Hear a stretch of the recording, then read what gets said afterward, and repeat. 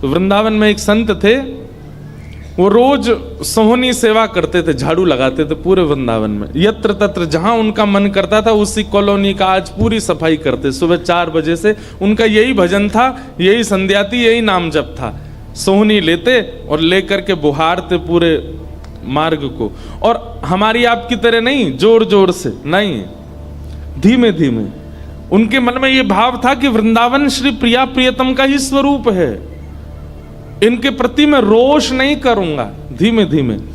और जब बुहारते थे तो अपने नेत्रों से ध्यान पूर्वक ब्रज की रज को देखते थे, कहीं कोई चिन्ह दिख जाए, कहीं किशोरी जी के चरण रज दिख जाए, कहीं ठाकुर जी के चरण दिख जाए। करते करते जब वर्षों बीत गए तो किशोरी जी के मन में भाव आया, हम नित्य रास के लिए वृंदावन में जाते हैं और पूरे वृंदावन को सुव्यवस्थित ये महात्मा करके रखते हैं, और इनकी एक ही अभिलाषा है कि हमारे चरण चिन्ह इनको दिख जाएं। एक दिन किशोरी जी ने उनको अपने चरण चिन्ह का दर्शन कराया। वो चरण चिन्ह देख करके उनके मन में विश्वास हो गया कि हे श्यामा जो चरण चिन्ह है इसका मतलब चरण भी है, और चरण है तो मतलब आप भी हो। जब चरण चिन्ह तक ले ही आई हो तो आप अपने दर्शन भी करा दो। अब अगली उनकी स्थिति हो गई कि अब चरण चिन्ह नहीं, अब तो प्रत्यक्ष किशोरी जी को देखना है। लेकिन हमारे ब्रज की एक परंपरा है कि जब तक किशोरी जी की सखियां अनुमति नहीं देंगी ना, तब तक किशोरी जी के दर्शन नहीं हो सकते। इसलिए ललिता जी को मनाओ, विशाखा जी को मनाओ, यमुना जी को मनाओ, गोपेश्वर महादेव को मनाओ, सखियां जब रीझ जाएंगी तब किशोरी जी से मिलना होगा। वृंदावन रस अलग है। अभी हम 15 तारीख से जो कथा करने वाले हैं वो वृंदावन रस के ही ऊपर है।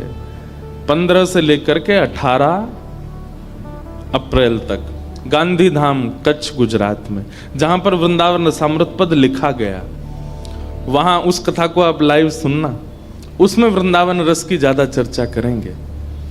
तो जब तक ललिता विशाखा आदि सखियां अनुमति नहीं देती तब तक किशोरी जी के दर्शन नहीं होते।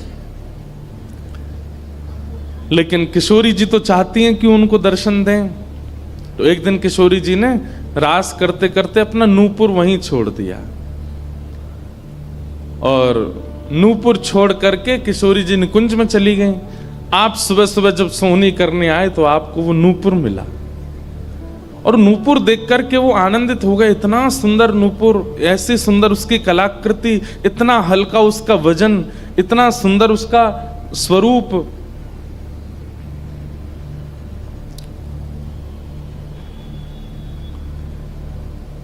आपके मन में भाव आया कि कोई बड़े घर की लाली होगी, उसका रह गया होगा, मैं रख लेता हूं, कभी कोई मिलेगा मांगने आएगा कि भाई हमारा नूपुर दो तो मैं दे दूंगा। आपने वो नूपुर अपने पास रख लिया। नूपुर से दर्शन किशोरी जी ने कईयों को कराए। इसलिए वृंदावन में जब चला कीजिए ना, बहुत ध्यान पूर्वक देखते हुए पृथ्वी को चला कीजिए, क्या पता क्या मिल जाए।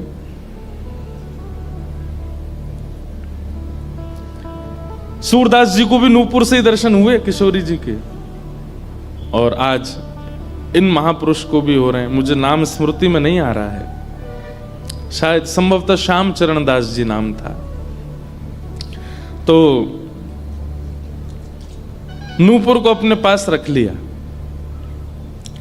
किशोरी जी का नियम है कि जब रास में जाती हैं तो सब सखियां उनका श्रृंगार करती हैं, और एक एक श्रृंगार जो उन्होंने धारण किया है वो लिख लेती हैं।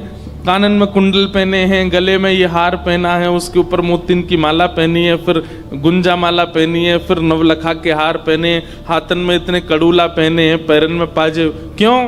बोले रास में श्याम सुंदर आते हैं, पता ना काचोरी करके भाग जाएं।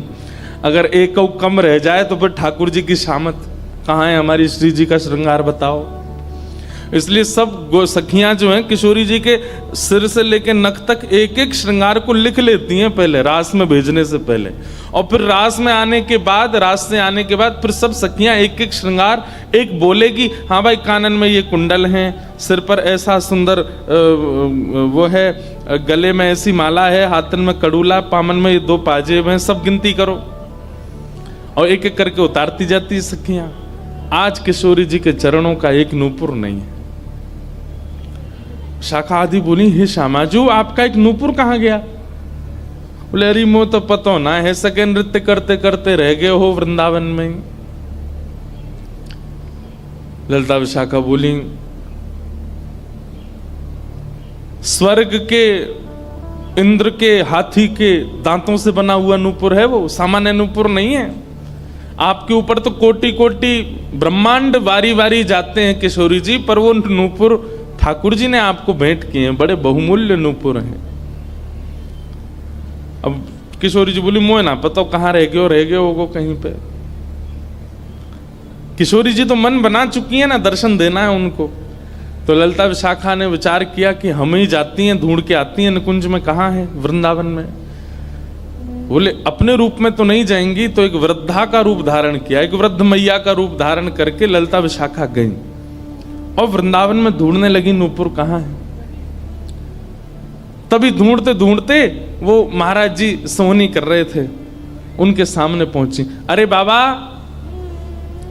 हमारी लाली आई सवेरे सवेरे यहाँ पे और बाके पाम को एक नूपुर रह गयो, तेने देखो। बाबा बोले तुम कौन हो रही? बोले हम पास के गांव की रहवारी, हमारी बहू है वो और या की लाली है वो, जाको नूपुर रह गयो है। तो बाबा बोले मैं कैसे पहचान जाऊं कि तुम्हारी ही लाली का नूपुर है? भाई मनचले लोग हैं, बहुमूल्य वस्तु किसी पे देखते हैं तो सब अपना अपना बताते हैं। रोड में अगर 100 रुपया गिर जाए और 50 लोग वहां से निकल रहे हों, कि कोई पूछे भैया 100 रुपया किसका, सब अपनी जेब चेक करते, भले ही कुछ लेके नहीं थे, भले ही जेब में कुछ नहीं था फिर भी देखते लग तो मेरा ही रहा थे, मेरे जेब में 100 रुपये तो थे। सब अपना बताते हैं बहुमूल्य वस्तु को। तो मैं कैसे मानूं कि तुम्हारा नूपुर है? अरे बाबा हम कह रहे हैं तुम थे। बोले कहवे को अभी मैंने तो नूपुर, मैं तो असमंजस में पड़ जाऊंगा कि मैंने गलत आदमी दे दियो।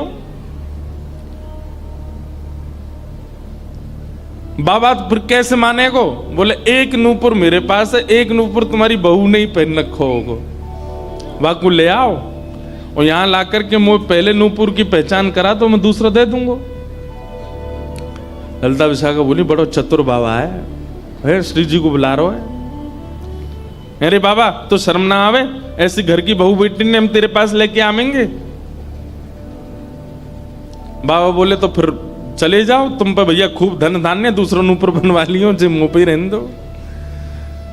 ललिता विशाखा बड़ी चिंता में लौट करके आई तो किशोरी जी बोली क्या बात है, आप इतनी चिंतित क्यों? बोले एक बाबा है, बाने आपको नूपुर धल लियो, यूं कह रहा है कि पहले जिनके पास एक नूपुर है उनको लेके आओ तब दूसरा दूंगो। तो श्री जी बोली इसमें क्या देर है, फिर ले चलो, चलते हैं ना। विशाखा जी समझ गई, बोले हे ललिता जी ये सब लीला किशोरी जी कर रही हैं, इनको दर्शन देना है उनको, और हमसे और आपसे स्पष्ट कह नहीं सकती, क्योंकि हम तो फिर सबको परखने लगती है ना कि इसमें कोई दोष तो नहीं, इसमें क्या गुण है। इसलिए किशोरी जी सीधे हमसे नहीं बोल करके और ये लीला कर रही हैं, इनको ले चलो। और किशोरी जी आई वृंदावन और महात्मा बैठे सोहनी कर रहे थे और सामने से जैसे ही किशोरी जी को आते हुए देखा, बाबा ले हमारी बहू आ गई, अब नूपुर दे दे, देख या को नूपुर भी वैसा ही है। बाबा बोले मेरी आंख की कमजोर है ने, दूर से दिखना रही, पास लाके हाथ से स्पर्श कराओ। ललिता विशाखा बोली बाबा तो शर्म ना आ रही अपनी बहू को स्पर्श करा में? तो बोले चरण स्पर्श करावे में कहा देर, ले आओ। किशोरी जी समीप गई, जैसी चरण स्पर्श किए अपने हाथों से नूपुर पहना करके लिपट गए चरणों से।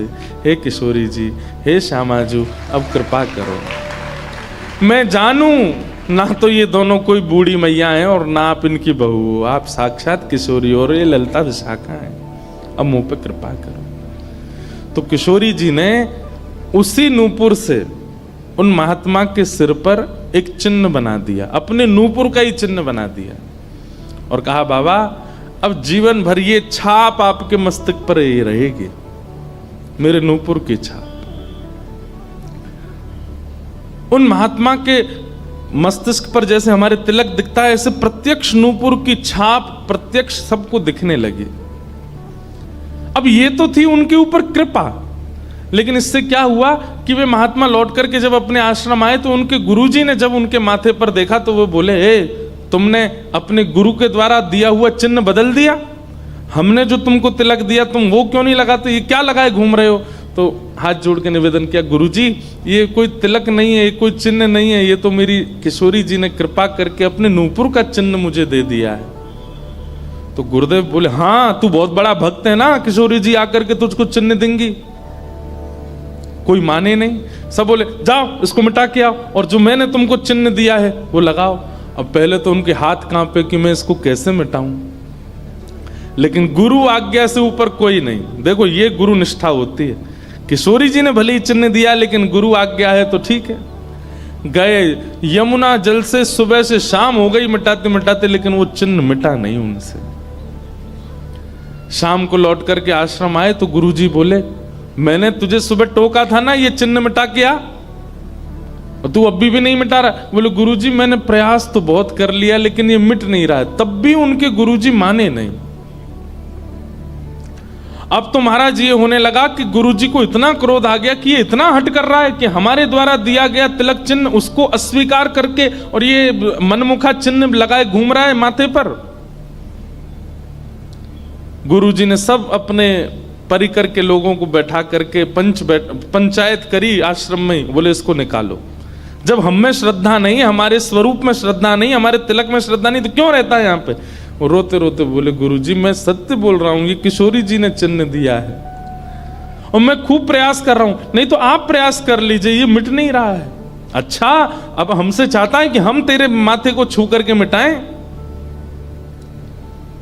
नहीं माने। तब उन्होंने नेत्र बंद करके किशोरी जी का स्मरण किया, हे श्यामाजू मैं किसी को प्रमाणित ये नहीं करवाना चाहता कि आप मुझे मिली हो, पर मेरे गुरु के चित्त में मेरे प्रति अविश्वास आ रहा है, इसके लिए कोई आप लीला करो। तो भगवान के सखा श्री सुबल जी की ये आराधना करते थे। ये जो महापुरुष थे ये ठाकुर जी के सखा सुबल का चिंतन करते थे कि कभी मैं ठाकुर जी से मिलने का मन हो तो सुबल, जैसे भगवान के सखा है ना, तनसुका मनसुका धनसुका मधुमंगल श्रीदामा सुबल, तो ये सुबल का चिंतन करते थे कि सुबल कभी कृपा करेंगे तो मुझे ठाकुर जी से मिला देंगे। ऐसे सखियों का चिंतन करते हैं किशोरी जी के दर्शन करने वाले, और सखाओं का चिंतन करते हैं ठाकुर जी का दर्शन करने वाले। तो ये सुबल का चिंतन करते थे। तो किशोरी जी ने सुबल को बुलाया। सुबल आए, श्यामाजू आज्ञा करो। बोले आपको हमारा एक काम करना है। एक महात्मा पर हमने कृपा करके उसको अपने नूपुर का चिन्ह दिया है और उनके गुरुदेव को विश्वास नहीं हो रहा कि ये चिन्ह हमने दिया है, इसलिए वो आपकी आराधना करते हैं, आपको बहुत बचते हैं। आप जाकर के हमारी तरफ से ये प्रमाण दे दो कि हमने चिन्ह दिया, क्योंकि उस सभा में कई लोग ऐसे हैं जिनको मेरे दर्शन का अधिकार नहीं है और मैं तो जाना चाहती हूं पर ये ललिता विशाखा मुझे जाने नहीं देंगी, इसलिए आप जाकर के वहां प्रमाणित कर दो कि ये चिन्ह मैंने दिया है। तब भगवान के सखा सुबल साक्षात उस आश्रम में प्रकट हो गए और प्रकट होकर के जैसे देखा दिव्य देह, दिव्य तनु, दिव्य तेज निकल रहा है, सबने प्रणाम किया। बोले कि ये आपका परिचय। बोले मैं भगवान का सखा सुबल हूं। देख करके सबने बोले आप कैसे आए। बोले हे गुरुदेव आप अपने शिष्य पर इतने रोष कर रहे हो, ये चिन्ह ये किशोरी जी ने ही इनके माथे पर पधराया है, आप इनके ऊपर नाराज मत हो। अब सुबल प्रमाणित करके चले गए। अब क्या हुआ, गुरु जी को आत्मग्लानि होने लगी। बोले मैं गुरु हूं और मेरे चेला को ठाकुर जी मिल गए, श्री जी मिल गई और मुझे विश्वास नहीं हुआ। तब गुरु जी ने अपने गुरुजनों को, अपने श्रेष्ठ जनों से जाकर के कहा कि मुझसे अपराध बना है। ठीक है, गुरु शिष्य के ऊपर क्रोध कर सकता है, उसका कोई दंड नहीं होता, पर किशोरी जी के द्वारा कृपा की गई, मैंने उस पर प्रश्न चिन्ह उठा दिया, इसका तो मुझे दंड मिलना चाहिए। तब सब रसिक जनों ने विचार किया। बोले इसका क्या दंड दें। तो बोले आप एक काम कीजिए, दंडोत्सव कीजिए, दंडोत्सव।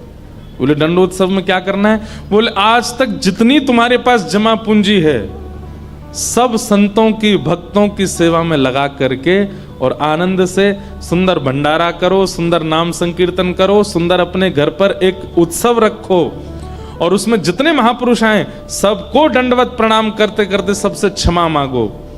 और फिर जब सब तुम्हारा धन संपत्ति अब तक जितनी कमाई वो सब संतों की सेवा में लग जाए, फिर उन संतों से कृपा प्रसादी मांगो कि आप सब मुझे क्षमा कर दो। इस प्रकार से दंडोत्सव करो। तो जिन्होंने ये भाव कहा है उनको ये दंडोत्सव करना है। दंडोत्सव मतलब अब पूरे जीवन की जमा पूंजी तो खर्च नहीं कर पाओगे, पर हाँ पिछले 3-4 साल में जो जमा कर रखा है प्रयास करो उससे। पंढरपुर में वारी जाती हैं, हमें भैया बता रहे थे अपने जो जिनके साथ हम घूम रहे थे कल, कि यहाँ वारी जाती है, यहीं से जाती है श्री पंडरीनाथ भगवान की वारी में इतने सारे वैष्णव जाते हैं, उनकी सेवा में लगा दो। वृंदावन जाके कुछ लगाया हो, पंढरपुर में लगा दो, गोवर्धन में लगा दो, और सुंदर अपने घर पर एक ठाकुर जी का उत्सव करके किसी श्रेष्ठ को वृंदावन से बुला करके उनका सुंदर संकीर्तन करवाओ, कथा करवाओ, 2-3 दिन का ही कोई उत्सव रखो। इस प्रकार से अपनी वो जमा पूंजी संत वैष्णवों की सेवा में खर्च करके भंडारा करा के जितनों से मिलो सबसे क्षमा मांगो। वारी निकलती है आषाढ़ी एकादशी पर, इतने सारे वैष्णव जाते हैं पंढरपुर दर्शन करने, मार्ग पे खड़े होकर सबको शरबत पिलाओ और जो जो शरबत पिए उससे क्षमा मांगो, मुझे क्षमा कर दो, मुझसे अपराध बना है, मैंने कंठी पहनने के बाद भी मांस का सेवन किया, मैंने मद्य का सेवन किया, मैंने ऐसा किया, ये क्षमा मांगो। असंख्य भक्त एक साथ जब आपको क्षमा करेंगे तब आपका ये अपराध पूर्ण होगा। इसी को कहते हैं दंडोत्सव। तो फिर कथा पूरी करें। वो महाराज जी को सब लोगों ने कहा तुम दंडोत्सव करो, तो उन्होंने कहा ठीक है, मैं अगले 7 दिन के लिए दंडोत्सव करूंगा। ब्रज में जितने भी संत आवेंगे ब्रज की सीमा पर खड़े होकर के सबको माला पहना करके सबको सत्कार के साथ लाया जाए। आश्रम में उनकी रहने की सुंदर व्यवस्था, प्रसाद की व्यवस्था, और नाम संकीर्तन अखंड चले 24 घंटा 7 दिन तक, और खूब भंडारा चले, और जितने महापुरुष हैं सबसे क्षमा मांगनी। तो जब ये दंडोत्सव का बात हुई तो गुरु जी ने दंडोत्सव लिया, और चेला बेचारे जिनको किशोरी जी ने चिन्ह दिया था वो मन में सोचने लगे ये क्या हो रहा है, मेरे कारण मेरे गुरुजी को दंडोत्सव करना पड़ रहा है। तो उन्होंने अपने गुरुदेव के सामने प्रणाम करते हुए अपनी झोली फैला के कहा गुरुजी मुझे एक भिक्षा दे दो। तो क्या चाहिए? बोले जो दंडोत्सव आप करना चाह रहे हैं वो मुझे करने दीजिए, आप विराजिए, आपकी जगह मैं करूंगा, मैं शिष्य हूं आपका। तो बोले नहीं नहीं, अपराध हमने किया तो तुम क्यों करोगे? बोले गुरुजी बस यही कृपा चाहिए। तब बड़े संतों ने मिलकर के सबने कहा कि भाई देखो शिष्य कर सकता है, अगर इनकी इच्छा है तो ये करने दो। तो फिर गुरुजी का दंडोत्सव उन्होंने ही किया जिनको चिन्ह किशोरी जी ने प्रदान किया था, दंडोत्सव मनाया। इस प्रकार भैया जिनसे ये अपराध बन जाता है ना, कभी कंठी माला पहनने के बाद अपराध बन जाता है, किसी वैष्णव के प्रति कुभाव बन जाता है, किसी तीर्थ में जाकर के कोई पाप बन जाता है, उनको ये सब दंडोत्सव करने चाहिए। अपनी कोई पैसा खर्च कराने के लिए नहीं कह रहे हम, लेकिन हाँ जितना हो सके वैष्णवों की सेवा करके, अब चाहे वो धन लगा के करनी पड़े, चाहे तन से करनी पड़े, चाहे मन से करनी पड़े। पर लोग बड़े कंजूस हैं आजकल।